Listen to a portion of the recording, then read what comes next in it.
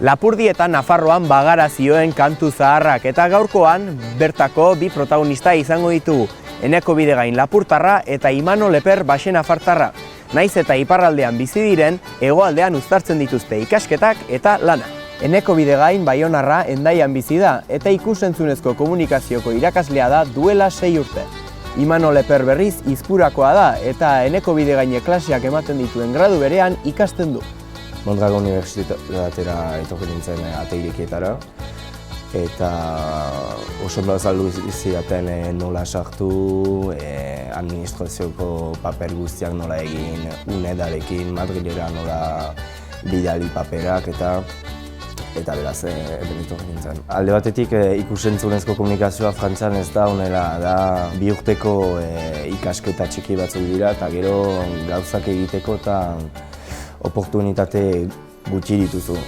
Hemen uste dute egunak txikiagoak direla, adibidez, guk 8 orduko egunak genituen, eta hemen pixkat 4 ordukoak dira, baina gero praktika eta gehiago bada eta holako gauzak.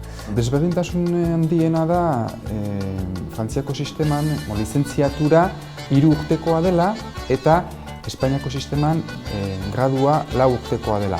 Mastera 2 urtekoa da Frantziako sisteman, 2 master dira, master 1 eta master 2, eta hemen mastera Espainiako sisteman mastera urte batekoa da. Nola nahi batzuetan arazoak izaten dituzte gehien bat administrazioarekin.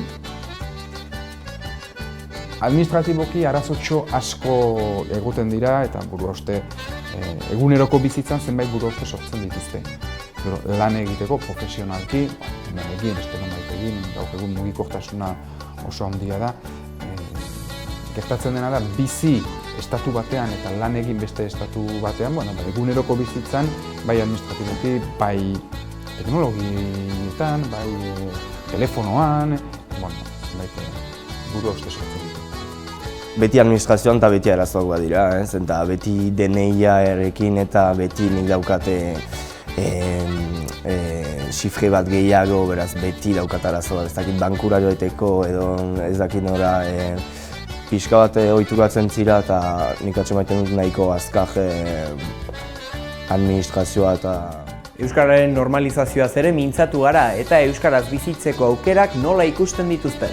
Ni euskaraz bizi naiz. Nire lanbidea betidanik euskararekin lotua izan da, hemen hasi benolen Berri egunkarian egiten nuen lana. Nire hizkuntza beti izan da euskara eta hemen ere oinagia euskara orduan gaztelera.